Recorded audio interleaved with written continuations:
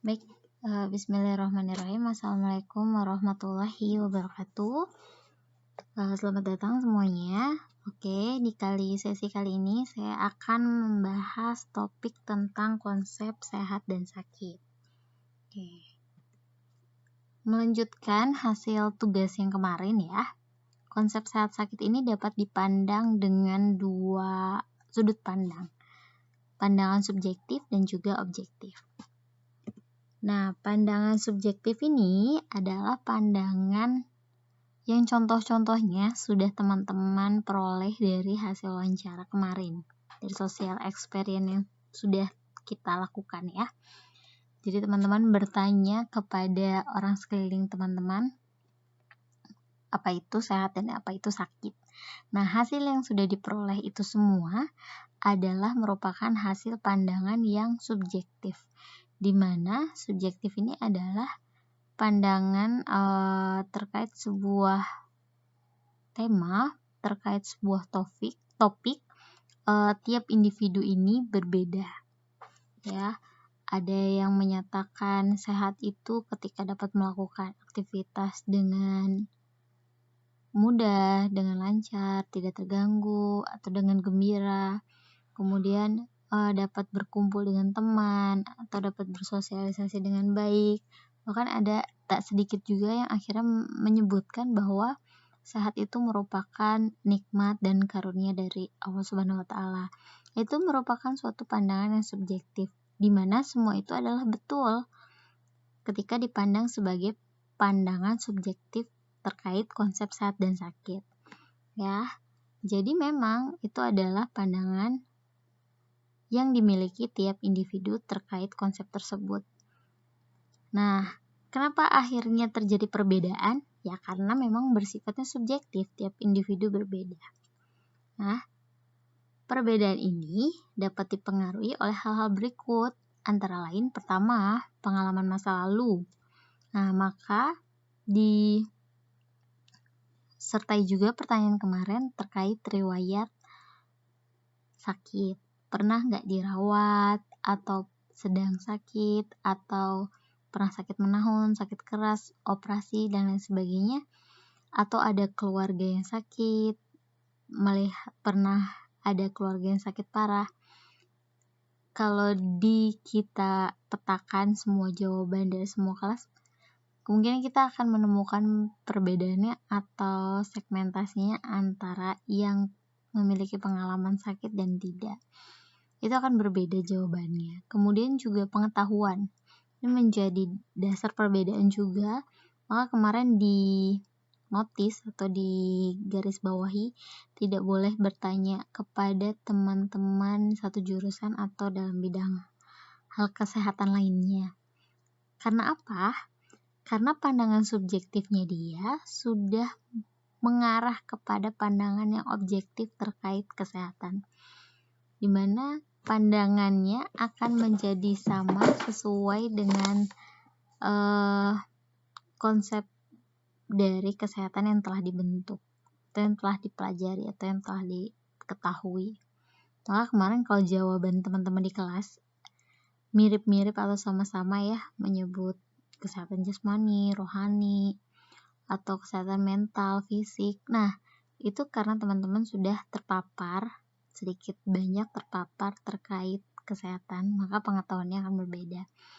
Ya, mungkin akan terlihat bedanya dengan audiens atau yang diwawancara lainnya yang bukan bidang kesehatan. Itu jawabannya mungkin sangat-sangat subjektif sesuai dengan individunya masing-masing. Kemudian ada belief, kepercayaan terhadap suatu hal, dalam arti luas, beliefnya bukan arti sempit yaitu keagamaan atau kepercayaan keagamaan, bukan. Jadi ini dalam arti luas. Kemudian kehidupan sosialnya, pekerjaan, pendidikan, tempat tinggal, suku dan budaya, itu juga akan mempengaruhi jawaban masing-masing individu dan juga lingkungan sekitar.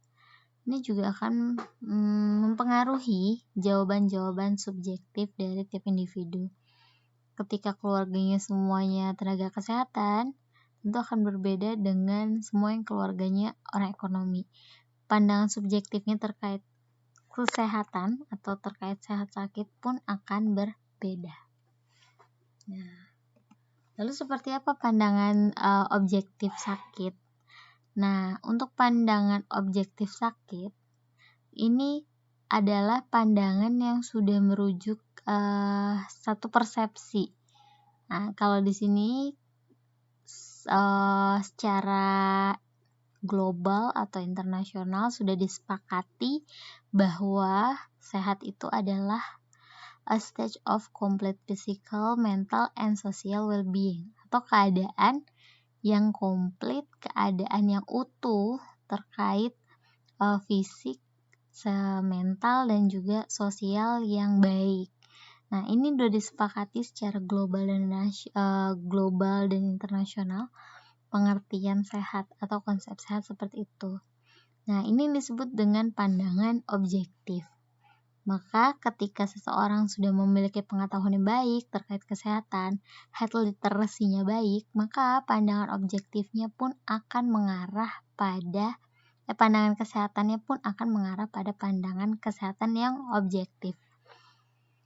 Nah, lebih lanjut dijelaskan pengertian sehat ini tidak hanya sekedar bebas dari penyakit atau kematian atau kesakitan, ketidaknyamanan atau ketidakmampuan dan ketidakpuasan terkait kesehatan, namun juga bebas dari segala kesakitan yang akhirnya mengganggu aktivitas. Jadi kalau yang sehat itu memang dapat melakukan aktivitas apa yang dia mau sesuai dengan waktunya, tepat waktunya, dan juga semangat yang baik atau good spirit. Nah, ini makanya disebutkan bahwa ini adalah suatu keadaan yang komplit di mana semuanya baik fisik, mental maupun sosial. Nah, ini adalah pandangan yang objektif terkait kesehatan. Kemudian di Indonesia sendiri secara nasional kita juga sudah memiliki pandangan yang objektif terkait sehat. Sehat ini adalah keadaan baik secara fisik, mental, spiritual maupun sosial yang memungkinkan setiap orang untuk hidup produktif secara sosial dan ekonomi. Nah, jadi ini dinyatakan sehat. Jadi kalau mengikuti pandangan objektif ya, di sini memungkinkan setiap orang untuk hidup produktif secara sosial dan ekonomi.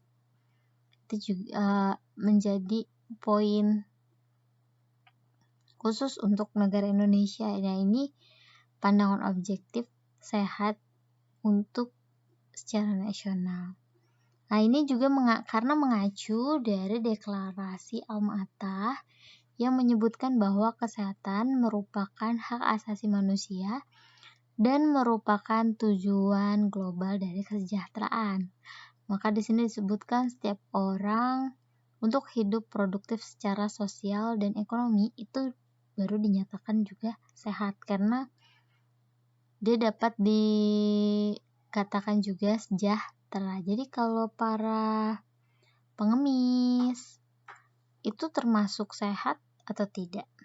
Nah, kalau menilik dari pandangan objektif secara undang-undang tahun 2019, sebenarnya dia tidak sehat ya, karena dia tidak bisa produktif secara sosial maupun ekonomi. Nah, ini adalah definisi sehat dari pandangan objektif. Jadi kita memiliki frame atau kacamata yang sama untuk memandang suatu kondisi sehat dan sakit. Nah, untuk sakit sendiri, berarti sakit itu adalah suatu keadaan yang tidak menyenangkan yang menimpa seseorang sehingga menimbulkan gangguan dalam aktivitas sehari-hari, baik fisik, mental, maupun sosial. Dan yang paling objektif untuk menyatakan seseorang sehat atau sakit adalah hasil pemeriksaan. Hasil pemeriksaan tenaga medis, misalnya melalui tes dan lain sebagainya, untuk menemukan adakah agen penyakit di dalam tubuh kita atau penyebab sumber penyakit di tubuh kita. Nah, ketika ditemukan atau terdapat agen penyakit dalam tubuh kita, maka kita dapat dikatakan sakit. Nah, ini pandangan yang objektif. Kemudian hasil pemeriksaan tenaga medis, jika kita terindikasi suatu penyakit tertentu, itu juga sebagai landasan kita atau pandangan kita untuk menyebut menyebut kita sakit secara objektif. Maka tak heran ya kalau misalnya izin nggak masuk sekolah atau izin nggak masuk kuliah itu diminta menyertai surat keterangan dokter. Nah, itu untuk memandang keadaan sakit secara objektif supaya kita yakin dia memang benar-benar sakit yang dapat dipertanggungjawabkan atau menggunakan kacamata frame yang sama atau bersifat objektif ya. Nah, kalau sakit yang bersifat subjektif itu yang seperti apa? Ya, baru hanya anggapan dari masing-masing individu. Ya, kemarin sudah dicoba ditanyakan juga itu hasil wawancara-wawancara yang terkait kesakitan, sakit itu apa, sakit itu bagaimana. Nah, itu subjektif gitu. Makanya untuk penegakan misalnya COVID saat ini ya, dia beneran sakit atau enggak sih, itu kita melakukan PCR, swab, rapid test, itu semua adalah upaya untuk kita memandang status sakit sehat atau memandang ia sakit atau sehat dengan secara objektif. Makanya jika ada OTG ya, orang tanpa gejala merasa dirinya sehat karena dia dapat melakukan sesuatu aktivitas, kemudian atau karena dia aktivitasnya tidak terganggu, masih bisa lari, bisa jogging, bisa makan, bisa senang-senang, saya nggak sakit kok. Nah, itu adalah pandangan subjektif. Namun ketika dicek secara objektif, dilakukan pemeriksaan, cek darah atau cek swab atau PCR, ternyata dia ditemukan virus COVID-19. Nah, akhirnya dia ternyata OTG. Nah, itu dia jika masih persepsinya kuat terkait saya tetap sehat kok, orang saya nggak sakit, nggak lemes, bisa melakukan berbagai macam kegiatan, dapat berkumpul, makan masih enak, saya masih sehat kok. Nah, itu pandangan subjektifnya yang masih lebih kuat dibandingkan pandangan yang objektif. Jadi bagaimana cara memandang atau membuat pandangan yang subjektif tadi yang berbeda-beda menjadi suatu pandangan yang sama bersifat objektif. Karena bagaimanapun pandangan yang subjektif ini dapat akan mempengaruhi perilaku, pencegahan, pandangan dia terhadap pengobatan dan lain sebagainya, ini akan berpengaruh. Contohnya ketika dia merasa dirinya dia sehat, seperti OTG tadi ya, atau yang lainnya, dia merasa dirinya tetap sehat padahal dia menderita sakit, ya tentu dia tidak akan mau melakukan pengobatan atau tidak akan mau melakukan pencegahan. Contoh lain, orang TBC mungkin ya, orang TBC ini dia memandang dirinya sehat karena dapat masih melakukan aktivitas, dapat berkumpul, dapat makan dengan enak, tidak merasa suatu kecacatan atau kesakitan tertentu, tapi secara objektif dilakukan pemeriksaan dan lain, cek darah, ronsen dan sebagainya, cek darah juga, dia ditemukan bakteri di dalam paru-parunya, yaitu dia terjangkit penyakit TBC. Jika dia masih memiliki pandangan subjektif yang kuat akan keadaan dirinya yang sehat-sehat saja, tentu dia tidak akan mau melakukan pengobatan TBC yang sampai hingga 6 bulan.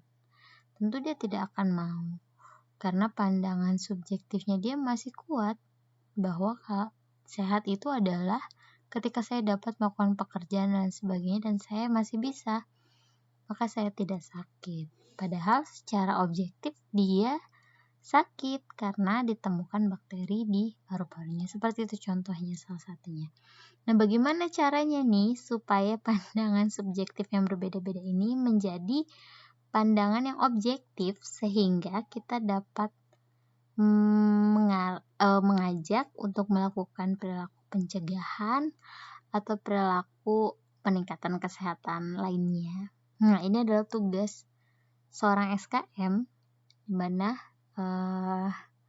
harus juga mengedukasi masyarakat bagaimana konsep sehat dan sakit yang benar supaya masyarakat sadar akan masalah kesehatan dirinya, lalu sadar bagaimana cara memperbaikinya, mencegah kesakitan yang lebih dalam lagi. Ini adalah tugas-tugas dari seorang sarjana kesehatan di masyarakat. Oke, kita lanjut dulu lagi. Oh ya, ini mungkin bisa kasih contoh ya di sini teman-teman. Apa sih yang dimaksud dengan kondisi sehat fisik, apa yang dimaksud dengan kondisi sehat mental, apa yang dimaksud dengan kondisi sehat sosial. Contohnya sehat fisik, contohnya sehat sosial, sama contohnya sehat mental tuh yang kayak apa. Mungkin bisa ditambahkan contohnya masing-masing ya. Oke, kita next berikutnya. Nah, ini konsep sakit. Memang zaman dahulu masih dikait-kaitkan atau lebih dikaitkan kepada ketidaktaatan pada Tuhan. Jadi sakit itu dipandang sebagai sebuah azab. Jadi sehat itu dipandang sebagai spiritual way. Jadi sakit itu adalah azab atas dosa-dosa yang pernah kita lakukan. Itu tahun 1700 sampai 377 sebelum Masehi. Ya memang di Al-Qur'an jika kita melihat Allah menurunkan penyakit itu berkaitan dengan azab atau perbuatan yang melanggar norma, aturan, bahkan perintah Allah. Nah, itu memang menjadi azab. Namun perkembangan keilmuan terus berkembang, jadi lebih terbuka lagi wawasannya terkait sehat dan sakit. Dalam bukunya The Contagion and Contagiosis, si Girolamo ini dia mengungkap bahwa sakit ini juga dapat disebabkan oleh alam, bukan hanya dari Tuhan saja, tapi juga secara alam atau natural. Nah, maka dari itu berkembanglah dua aliran penyebab sakit. Jadi aliran naturalistik dan aliran personalistik. Di mana personalistik itu aliran yang menganggap penyakit itu disebabkan oleh agen negatif yang berupa makhluk bukan manusia, seperti hantu, roh leluhur, roh jahat, atau dukun, tukang sihir, dan sebagainya. Sedangkan naturalistik adalah aliran yang menyebutkan sakit seseorang itu diakibatkan pengaruh lingkungan atau makanan di sini salah makan, atau perilaku makan yang salah, kebiasaan hidup, terus ketidakseimbangan dalam tubuh, termasuk kepercayaan sakit yang dibawa oleh lingkungan. Itu naturalistik. Nah, personalistik ini dapat dibagi menjadi 3 lagi. Jadi sakit yang dikarenakan gejala alam, karena ada panas dan dingin dari tubuh manusia, kemudian makanan panas dan dingin, jadi kalau salah makan itu bisa sakit. Kemudian dari supranatural atau roh-roh guna-guna, setan-setan, dukun lah, itu semuanya masuk ke aliran personalistik. Contohnya seperti ini. Seorang wanita nih, Sukarno, dia menyatakan bahwa Deme itu makhluk halus yang dipercaya di suku Kanum Merauke. Dia dapat menyebabkan sakit. Nah, sakitnya ini bisa juga nyebabin malaria, kata si wanita ini. Dimana orang yang terkena Deme itu atau yang kerasukan Deme dapat kehilangan kesadaran seperti layaknya orang gila. Nah, jika dikaji secara ilmuwan medis ya, gejala klinis tersebut merupakan gejala klinis dari malaria tropika. Jadi kurang lebih narasumbernya ngomong seperti ini. Ya, bisa malaria tropika itu bisa jadi dia Deme masuk tuh ke kepala dong dia punya tubuh. Dia tinggal punya pikiran, dia kuasa. Jadi dia berpikir bahwa Deme ini dapat menyebabkan si malaria.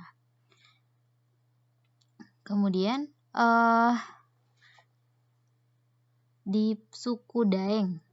Nah, suku Daeng ini percaya makhluk halus, nggak ada namanya tapi ya, dapat menyebabkan penyakit poro-poro. Penyakit poro-poro ini panas, demam, kemudian muncul bintik-bintik merah dan gatal. Tidak perlu diobati, nanti bisa sembuh sendiri. Nah, ini adalah kepercayaan-kepercayaan yang diakibatkan oleh makhluk halus yang bukan manusia. Ini sebutnya aliran personalistik. Nah, berbeda lagi dengan aliran naturalistik. Aliran naturalistik ini sakit yang disebabkan oleh agen penyakit. Jadi seperti virus, bakteri, perilaku beresiko, atau perilaku yang tidak sehat. Nah, ini penyebabnya. Nah, contohnya ya, kalau contohnya ini seperti yang sudah berkembang sampai saat ini ya. Kita sakit itu karena ada virusnya, karena ada bakterinya, karena perilaku kita yang salah atau perilaku kita tidak sehat. Nah, ini kepercayaan yang berkembang sampai saat ini. Tapi tak sedikit juga masyarakat Indonesia masih berpendapat bahwa kalau sakit itu masih kiriman dari orang yang nggak suka atau santet lah ya bisa dibilangnya. Nah, itu masih beberapa di daerah di Indonesia masih mempercayai hal tersebut. Itu masuknya aliran, masih termasuk aliran personalistik.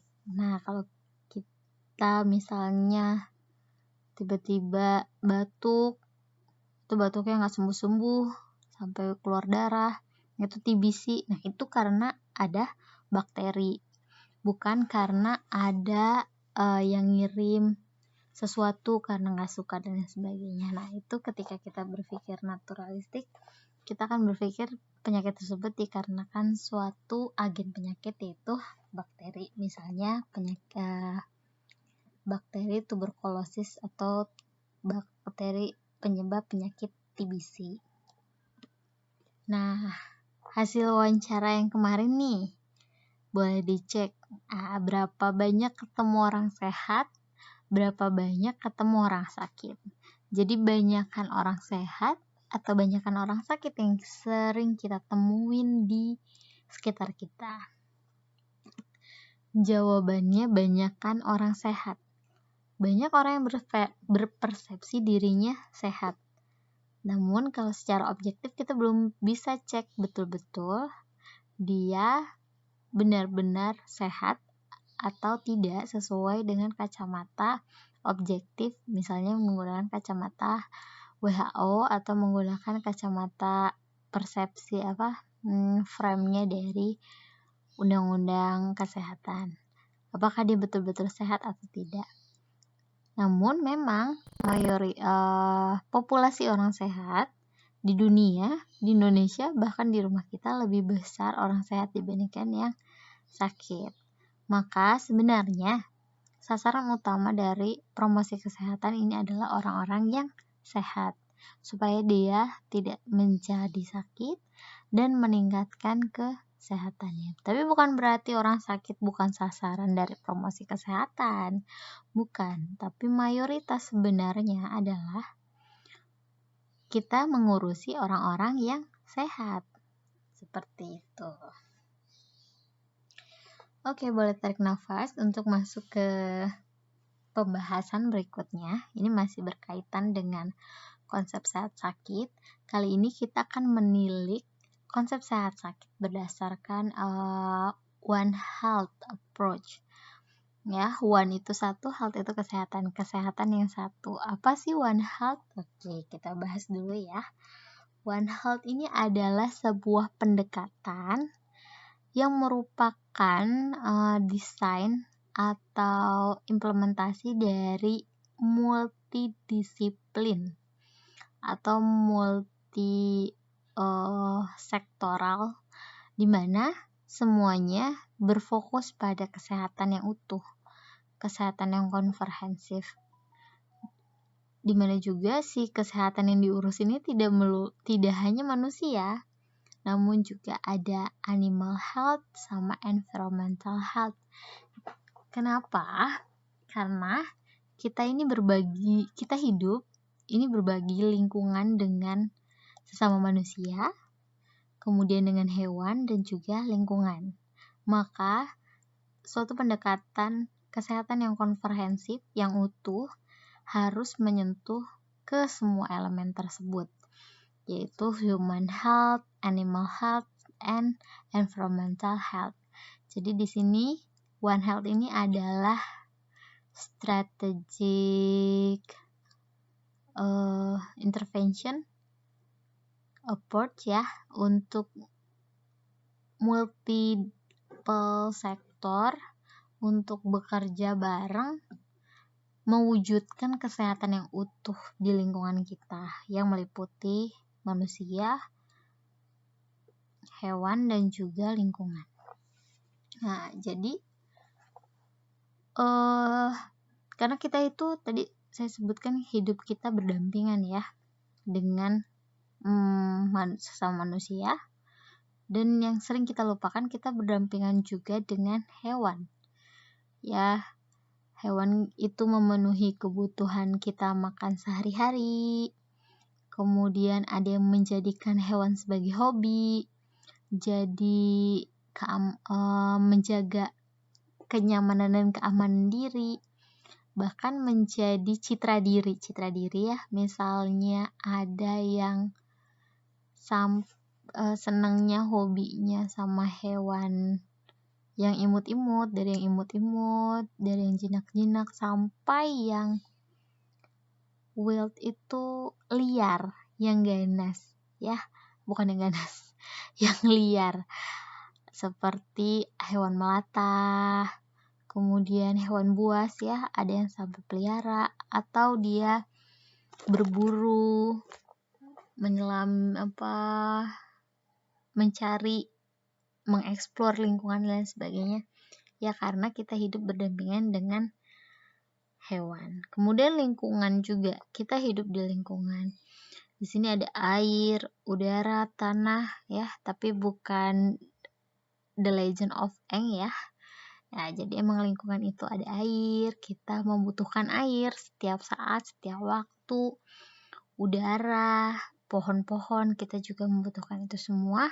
Maka diperlukan sebuah integrasi atau kerjasama di antara semua sektor untuk menjaga keseimbangan, menjaga kesehatan di 3 elemen tersebut. Maka tercetuslah One Health ini.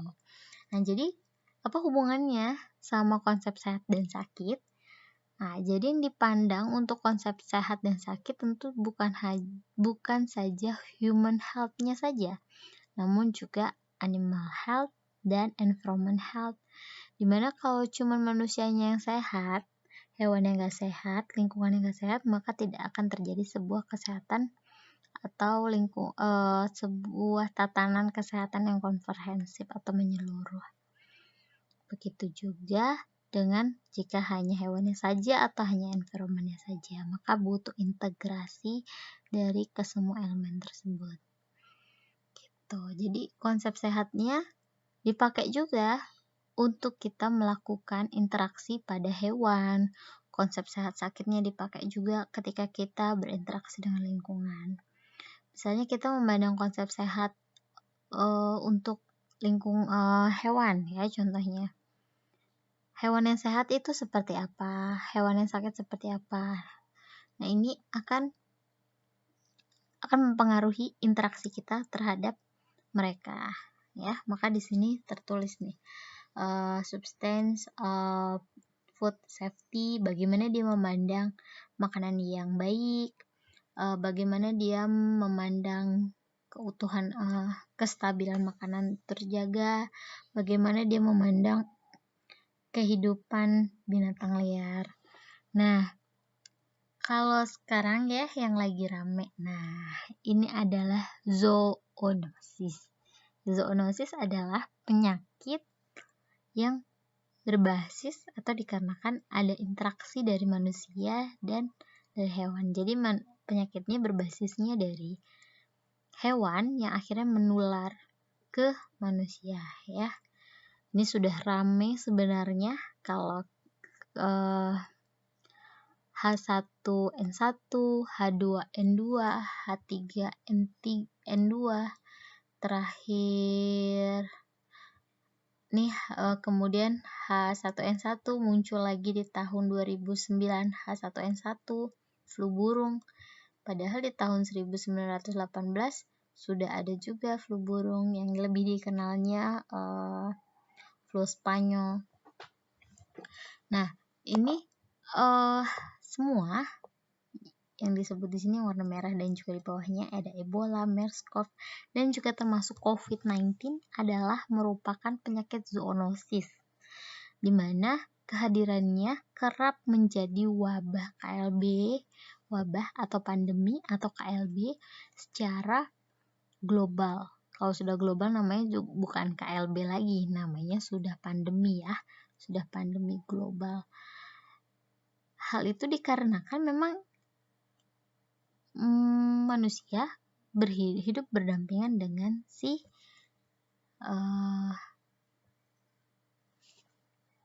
hewan.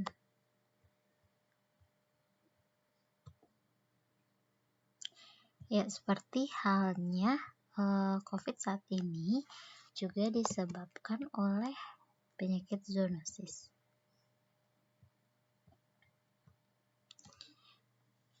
Nah, seperti yang kita ketahui,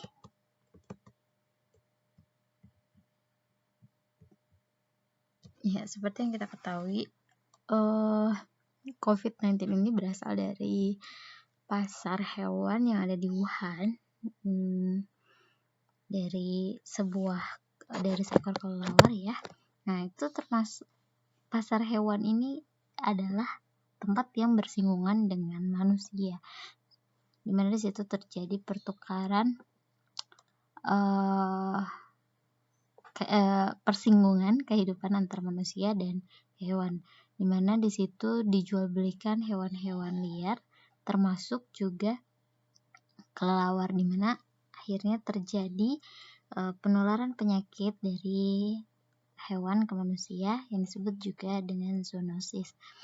Jadi memang tiap periode tertentu pandemi terkait zoonosis ini mewabah hingga akhirnya menjadi pandemi, salah satunya COVID-19. Maka ini menjadi One Health ini menjadi di-sounding lagi kembali untuk diperhatikan oleh negara-negara dan juga pemerhati kesehatan lainnya untuk dapat menyelesaikan masalah terkait persinggungan lingkungan, di mana kehidupan manusia, hewan, dan juga lingkungan saling bersinggungan satu dengan lain. Ya, maka sebenarnya juga kalau di Islam sudah diatur ya di dalam Al-Qur'an bahwa tidak memakan hewan-hewan liar, bertaring, bamangsa darah dan sebagainya. Dianjurkan untuk mengkonsumsi makanan yang halal dan thayyib. Nah, salah satunya itu untuk sebagai pencegahan dari penyakit zoonosis, mencegah penularan penyakit dari hewan ke manusia. Salah satunya dengan itu memakan makanan yang halal dan thayyib. Nah, maka sekarang mulai digalakkan kembali di refresh kembali. One Health ini adalah sebuah konsep yang menerapkan kesehatan secara holistik. Nah, untuk menerapkan ini perlu koordinasi dari lintas sektor supaya kesehatan lingkungan, kesehatan manusia dan hewan juga terjamin kesehatannya secara holistik. Jadi, jika kita memandang kesehatan ke konsep sehat dan sakit dari konsep One Health ini, maka konsep sehat dan sakit kita tidak hanya terpaku pada kesehatan manusia saja, namun juga pada kesehatan hewan dan juga lingkungan.